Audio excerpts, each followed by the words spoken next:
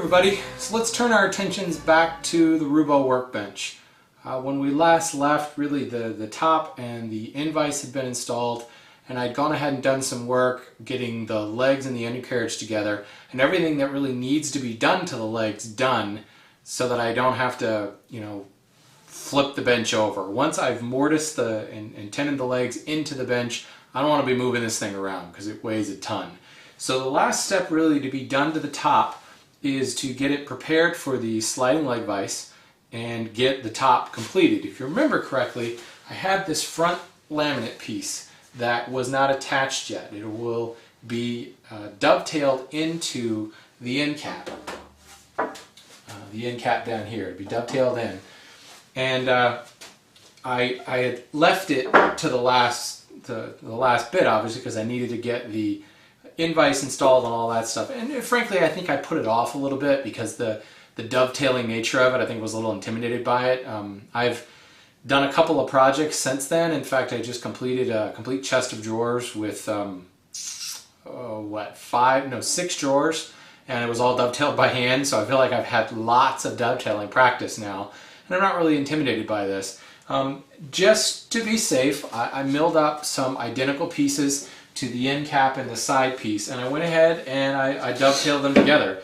And I experimented a little bit with did I want to do a complete through dovetail or did I want to do a half blind dovetail. So I went ahead and most of the benches I've seen have been half blind dovetailed. I went ahead and did a through dovetail on this, and it came out pretty good, but at the same time I ran into a lot of problems because the end cap is 3 inches thick. It was really difficult to cut tails that long. None of my saws are really set up to do that.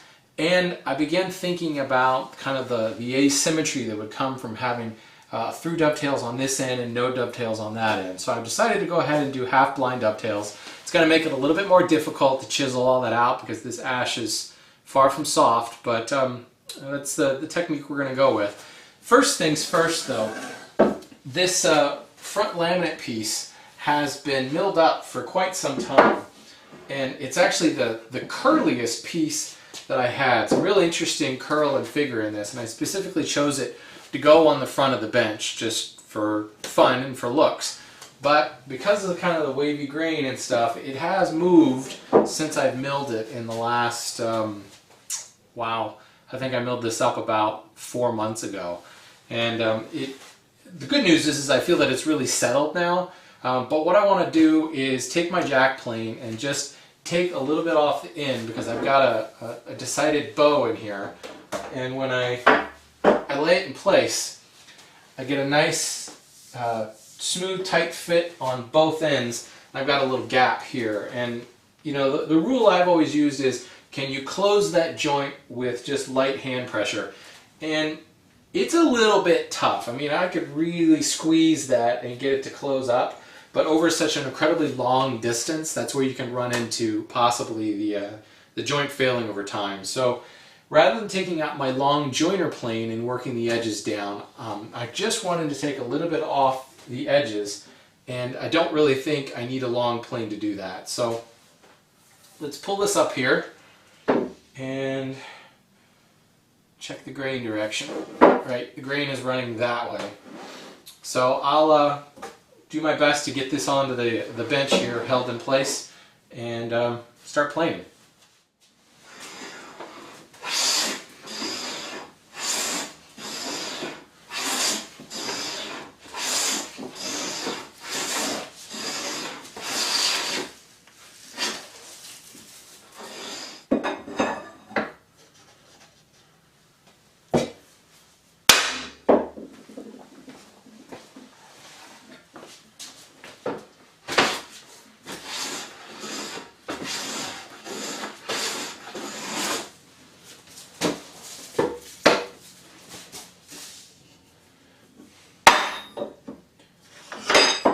Alright, let's test that fit here.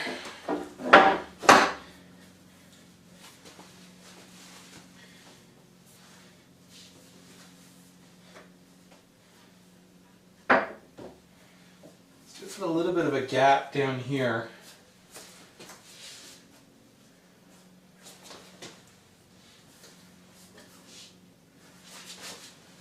take a little bit more off.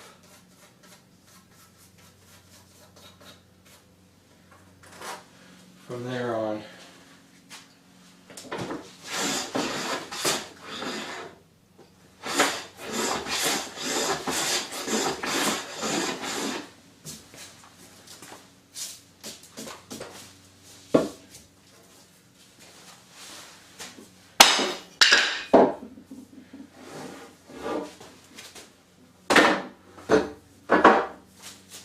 All right, good.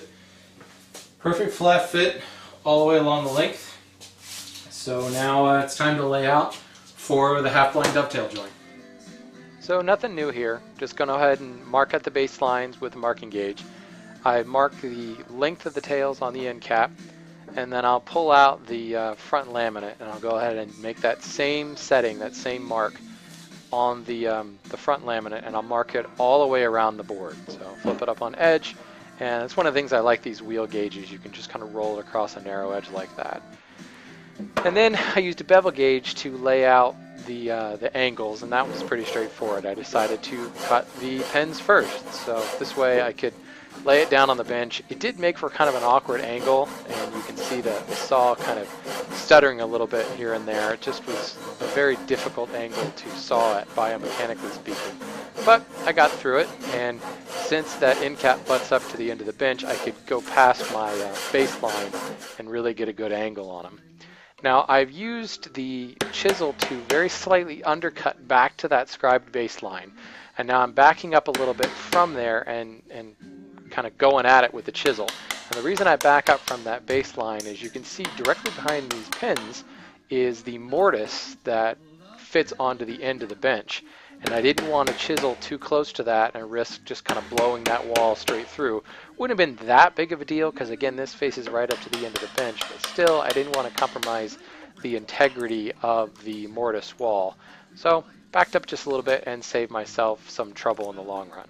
And this is really it, just work our way down to the base. So here are the finished pins.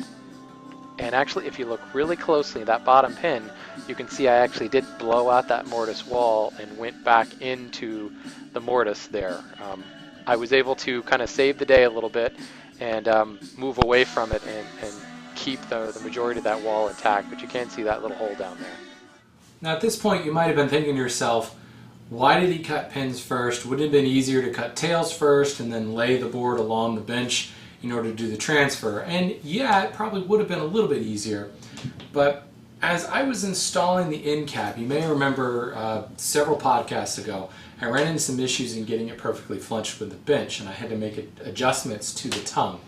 Through that, this end cap ended up maybe a couple of degrees out of square to the bench top, and it hasn't really affected anything until now. But what I discovered is, as I scribed a line across the front board in order to match up with the length of my tails, that line wasn't lining up, because this end cap is now aligned with the front piece, but it's just this tiniest bit out of square. So doing the pins first allows me to position the end cap on exactly where I want it, knowing that this front laminate will now line up with the bench, and I can scribe exactly where that baseline should go. With the other way around, it certainly would have been possible, but I would have had to actually angle the tails a little bit more to get it to work out right. So this way, I just set the end cap on top, hold it firmly in place, reach in here with a marking knife, and scribe out the tail positions. So how do you cut tails on the end of an over 8-foot long board? Well, fortunately, we live in a split level house, and as you come in the front door, there are stairs that go up and stairs that go down. And if you take a towel to protect the wood and the banister and clamp it all in place, I've got about 15-foot ceilings here.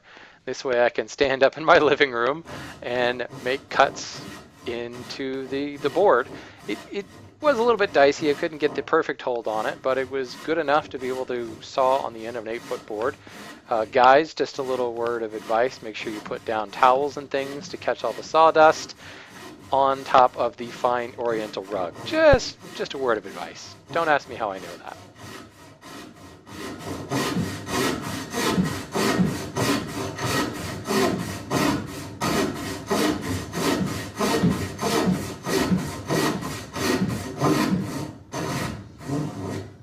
So I went ahead and sawed out the waist on these tails. I didn't figure it was imperative to show you guys the chiseling technique there. But one thing, as I'm fitting this, I've gone ahead and I've cut chamfers on all of these faces. Now I haven't cut them along this edge or any of these show edges, and the chamfers on the end grain here, they actually stop right there. So I'm basically just relieving a little bit of the material to allow it to slide into place a little bit more. Roy Underhill actually called this the suction effect. Allows the joint to kind of be sucked into the wood a little bit. Now I've actually gone about, I tried to fit this once already and I had it a little bit tight. I discovered I had actually cut this tail at somewhat of an angle, so I was wedging it. And the key is, as you're fitting these, as you start to hammer it in place, just watch your pins. And I started to see this end bow out just a little bit, and you can imagine I've got a very, very thin wall right there, and it could crack very, very easily. In fact, you could see the tiniest little bit, maybe you can, the tiniest little bit of a crack right there, and that's when I stopped it. So I went back just using a paring chisel, and I relieved a little bit off of here. And the good thing to do is kind of look edge on at your tails and see, are they straight up and down? Are they same thickness? And definitely this one had curved out this way and created a wedge. So I pared that down. The one thing in doing a half-blind dovetail like this is once I got it a little bit seated, it was very difficult to get it out of there, having to kind of hammer it in this way. So I used a block and just beat it in like that in order to get it back out. But this is the type of thing where you can't actually seat the joint all the way on a test fit, on a dry fit, because it's going to be probably impossible to get it back out of there. I guess if I pulled the end cap off, I could then work it out. But you know, the board this long, I can grab one end of it and try to work it out, and I'm liable to actually just snap those tails off with so much leverage. So you want to get it till you think it's gonna go in, and basically I seated it so that only about that much was proud of the surface, and I could look around the edges and see, you know, am I binding anywhere? Is it gonna seat all the way? And then I pulled it back out. So it's time to put glue on it and hammer this joint home.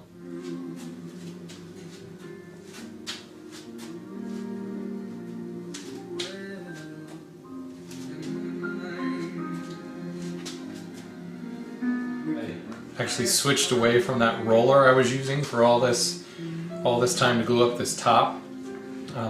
No question that foam roller absorbed so much glue. I ended up probably applying 3 times more glue than was actually needed. Ultimately, what would be best in that situation would be one of those hard rubber rollers. Watch Mark Spagnolo's show and you'll see that little roller he uses. In fact, Mark actually sent me an email at one point saying, here's a link to the Wood Whisperer store and where you can buy that roller. And I still haven't gotten around to doing that yet. But this is actually just the cardboard that a gift card came in to Borders bookstore, by the way.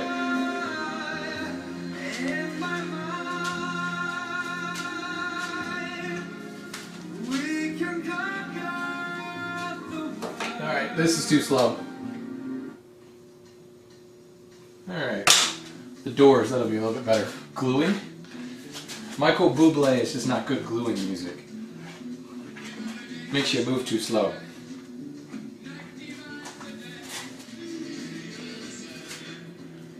Get in here and hit all of the joint surfaces.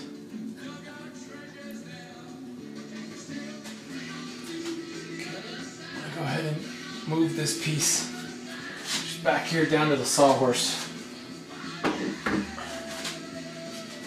just a little bit of glue on this surface because I've got so much on the other surface. I don't think I need to really overdo this one.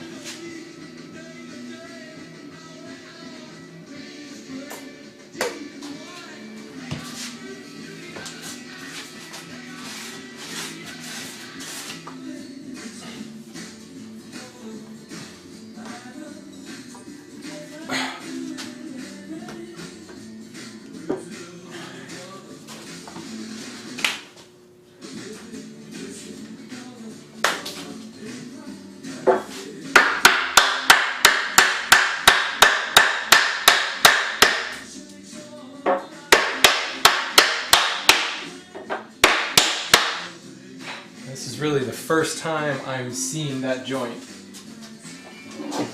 And I'm very happy with that fit.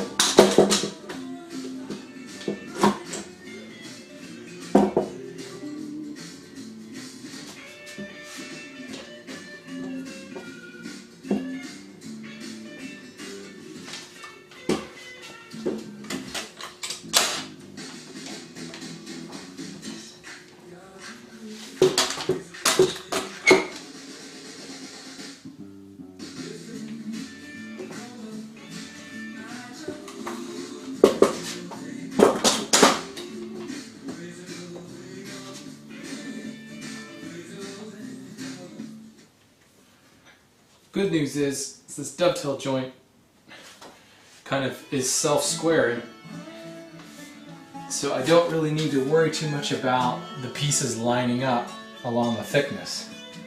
And that really is a good solid bond all the way along.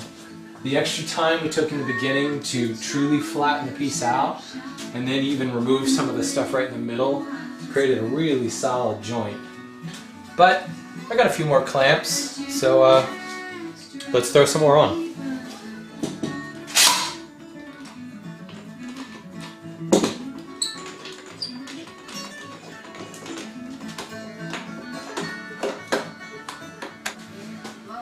Alright, let's let that cook, and officially the top of the bench is done. Alright, the glue is done, all dried up and cured, and officially the bench top is now done. I've got all full 26-inch width was what I was shooting for in my original design, and I saved this particular front piece for the front piece because it's got a really cool curl to it. You know, and right now with no finish on it, when you look down in some raking light, you get that really nice fiddleback design all the way down the front, which, you know, it's going to make it a real pain in the butt to plane it, but who cares? It's a bench, right? It looks pretty cool. I am really, really happy with how this half-blind dovetail came out. I've got a little bit of a gap right here at the shoulder, which was just probably my own sawing error as I cut that out there. But as far as gaps in the joint itself, I'll bring the camera up here to show it. What I want to do is go ahead and plane it flush with a block plane, and then get a real good close-up of it. And you can see, you know, it's not perfect. There's a couple gaps here and there. I did get a little bit of chip out on one of the tails, unfortunately on the show side, so there's kind of a divot here. But the good news is that divot, you know, when it dives down in it, there's no gaps there. So you could just see that part of the piece broke out, and it's almost invisible at this point.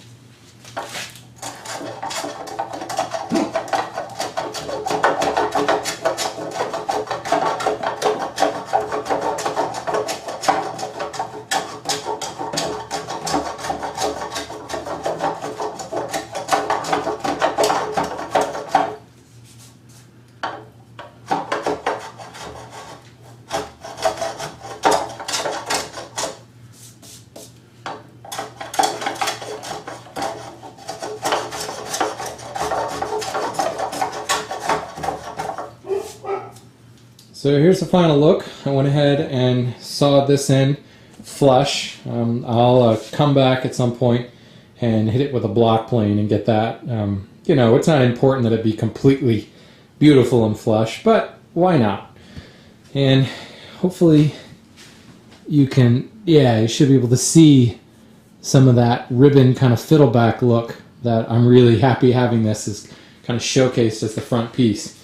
But beautifully, no gaps whatsoever in the glue up, down to the half blind dovetails rather. And you know, I think maybe there's a little bit of cleanup that still needs to be done right in there, but this gap is the one I'm talking about where I actually had chip out on the tongue itself. I went ahead and filled that with an epoxy just to kind of fill it in, and came out a little bit dark, but you know, I'm pretty happy with that fit. Tiniest little bit of gaps here at the shoulder and right there. Maybe a little bit of a gap there, but really a really good fit. I do not recommend dovetailing in ash. It is a real pain in the butt. But you know what? It came out. It's a really, really strong joint. It definitely went together very strongly, very snugly, so it's not going anywhere.